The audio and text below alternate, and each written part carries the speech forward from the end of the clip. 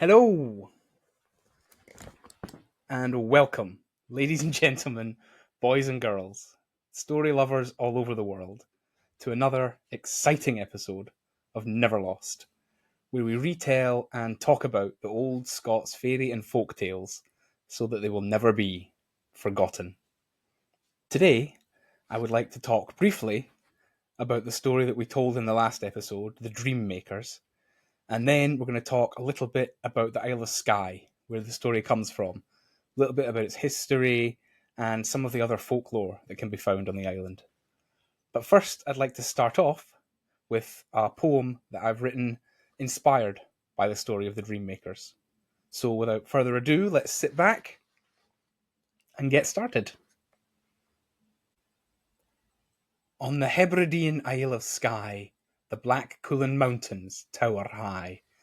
Their peaks reach up to touch the cloud, and their slopes are wrapped in a misty shroud. They curve along Loch Coruisk's shores, steeped in history and Scots folklore. MacLeod and MacDonald blood spilled is soaked into those black rock hills. But somewhere on the mountainside, a wondrous magic secret hides. Upon the Cuillins, in the mists, is where the Cave of Dreams exists. Within the cave there is a pool, its waters clear and crisp and cool. Beside the pool there sits a man, a special type of artisan.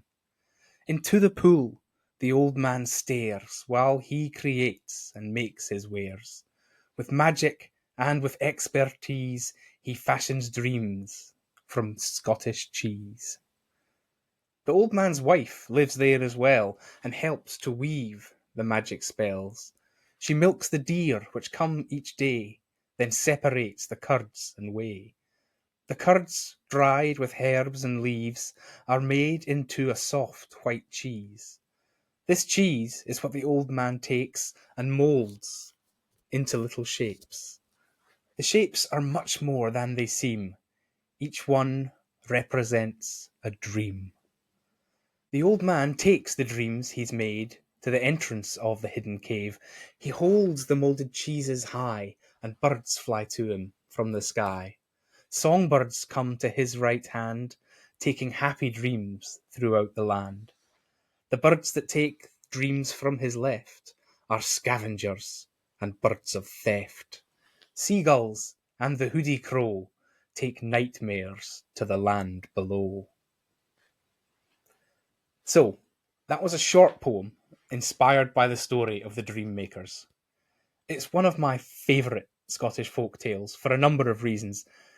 It's a quintessentially Scottish story, and it's also completely unique. A lot of fairy tales have contemporary alternative versions. There is, for example, a Scots version of Rumpelstiltskin and of Cinderella, although they're both a lot darker than the versions you've probably heard. But in no other story will you find an old couple making dreams out of cheese. The relationship between dreams and cheese is as well established as it is inexplicable. Everybody knows the old wives' tale that eating cheese before bed will give you strange dreams, and I've even found claims that certain cheeses will even give you specific dreams. Eat cheddar, and apparently you'll dream of a celebrity. Eat Lancashire cheese, and it's supposed to make you dream of the future. In reality, scientific studies have shown that cheese has no effect on dreams whatsoever. In the story of the Dream Makers, a young girl on the Isle of Skye gets lost on the black Cuillin Mountain when she's out picking berries and a thick mist descends upon her. She's rescued by a herd of deer which lead her to the cave of the Dream Makers. Magical mists are a recurring theme in Scots folk tales. Fairies often appear out of mists, and the mythical village of Brigadoon appears once every 100 years, and it's preceded by a mist. The young girl is offered shelter in the cave of the Dream Makers, but she must stay for a full year and a day. A year and a day is another recurring theme. Fairies can often only stay in the real world for a year and a day, and people who through misadventure end up in the fairy realm are often there for a year and a day. In The Dream Makers, the protagonist, who in my telling I called Flora, is another of those strong female characters which are so common in Scots folk tales. She decides to stay with the Dream Makers for a year and a day, and through her courage and hard work, and with a little help from the old couple, she brings her true love to the Isle of Skye to take her away to a better life. The Dream Makers themselves are wonderful mythical characters. The old man is the classical image of the secluded hermit archetype, saying very little, but with an impression of deep wisdom. The old woman is a classic wise woman of Scots folklore, the woman living alone or separate but respected for her knowledge of herbalism and medicine. This stereotype was very much a real thing for a long time in Scotland, when the only medical help available would have been the old woman who had learned what she knew from her mother and who had learned what she knew from her mother. This was very common until the late 1500s, when King James VI published his book Demonology and kicked off the witch trials which led to the persecution of so many women. At the end of the story, we see Flora being taken by her true love to live in a land far to the west, where she lives essentially happily ever after. The unknown land to the west also appears in many Scots folk tales, and the mythical Green Isle, which is said to float and change location, almost always appears off the west coast. The reason for this, I think, is most likely that everybody knew that to the east was Europe, while to the west is vast, empty ocean until you eventually hit America. The story of the Dream Makers, as I said, comes from the Isle of Skye.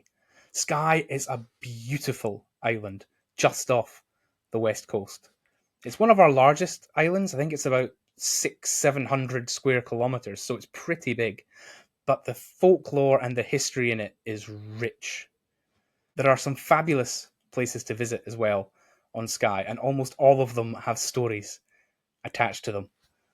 This is one of my favourite things about a lot of Scots folk tales. You can visit the places that you read about in the stories. In the north of Skye, there's a fabulous rock formation called the Old Man of Stour. It's about 4 or 5 rock towers which stick up out of the ground almost like a grasping hand. And there are a number of stories connected to it, most to do with its formation. In one of these stories, it's said that Skye used to be a land of giants, the sons of Beira, the Winter Queen, whose story we told in an earlier episode. These giants were always fighting, and one day one of the largest giants was killed on the Totternish Peninsula, and his body was swallowed by the land, all apart from his hand, which still sticks up to this day, and the Old Man of Stour is said to be his thumb, still sticking up. Although the suggestive shape of the Old Man of Stour means that some people have also said that it may be a more intimate part of the giant's anatomy that is still sticking up out the ground. Another of the Old Man of Stour's creation stories concerns a farmer and his wife who used to live in the shadow of the mountains.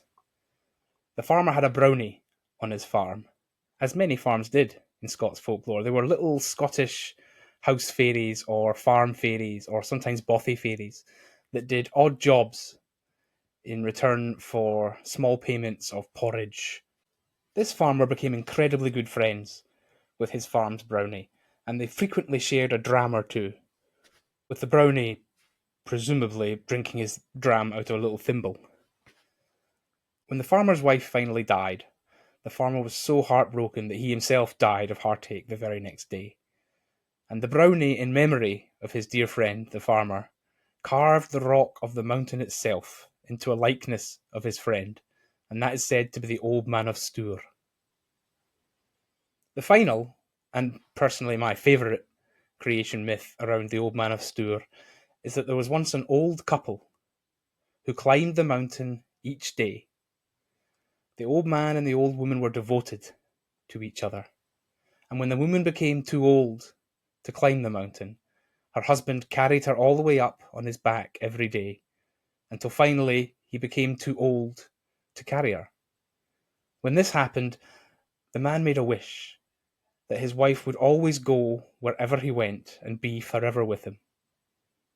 The fairies on the Isle of Skye heard this wish, and they visited him that very night, and they told him that they would grant his wish if only he would take her up the mountain one last time.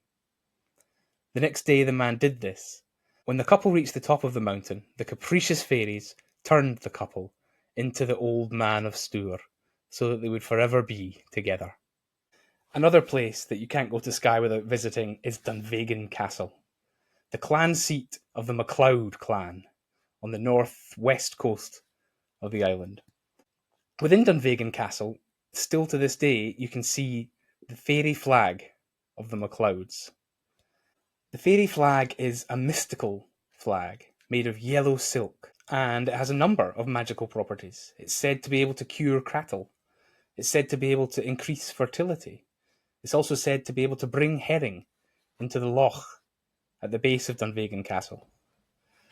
But by far the most powerful magical property is that 3 times it can be unfurled and promise victory to Clan MacLeod in any fight.